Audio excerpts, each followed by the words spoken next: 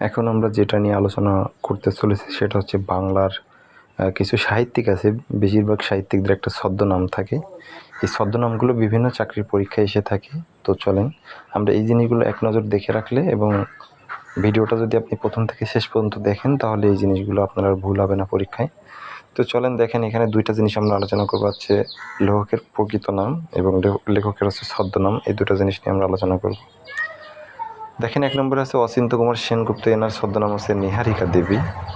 তারপর আছে কাজী নজরুল ইসলাম, এনার দেখেন ধূমকেতু বলা হয়, দুখুমিয়া বলা হয়, এই দুইটাই কিন্তু বলা হয়, আবার নুরুও বলা হয়।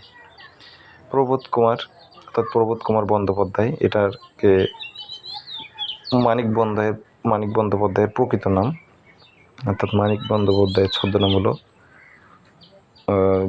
প্রবোধ কুমার বন্দ্যোপাধ্যায়ের ছদ্মনাম হলো মানিক বন্দ্যোপাধ্যায়। মোহাম্মদ কাজেম আল কুরাইশি, এটা কায়কোবাদের ছদ্মনাম। মীর মোশাররফ হোসেনের ছদ্মনাম হচ্ছে গাজী মিয়া। বিভূতিভূষণ বন্দ্যোপাধ্যায়ের ছদ্মনাম হচ্ছে কুৎসিত পৌর। তারপর হচ্ছে বলাই চাঁদ মুখোপাধ্যায়ের ছদ্মনাম হচ্ছে বনফুল। অমৃতলাল বন্দ্যোপাধ্যায়ের ছদ্মনাম হচ্ছে অমিয়া দেবী। ইন্দ্রনাথ বন্দ্যোপাধ্যায়ের ছদ্মনাম হচ্ছে পঞ্চানন। মনোয়ারা বেগমের ছদ্মনাম হচ্ছে সেলিনা পারভিন। ঈশ্বরচন্দ্র বিদ্যাসাগরের ছদ্মনাম হচ্ছে কস্যচিৎ উপযুক্ত ভাই কস্য। মাইকেল মধুসূদন দত্তের ছদ্মনাম হচ্ছে টিমোথি পেনপয়েম। মাইকেল মধুসূদনকে কিন্তু বাংলাদেশের বাংলা সনেটের প্রবর্তক এবং আধুনিক কবির জনক।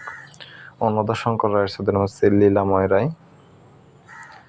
গন্ধর্ব নারায়ণ হচ্ছে দীনবন্ধু মিত্র।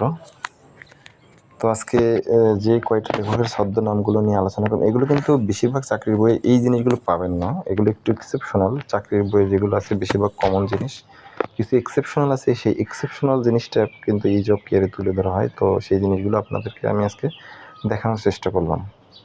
ধন্যবাদ, আজকের ভিডিও পর্যন্ত।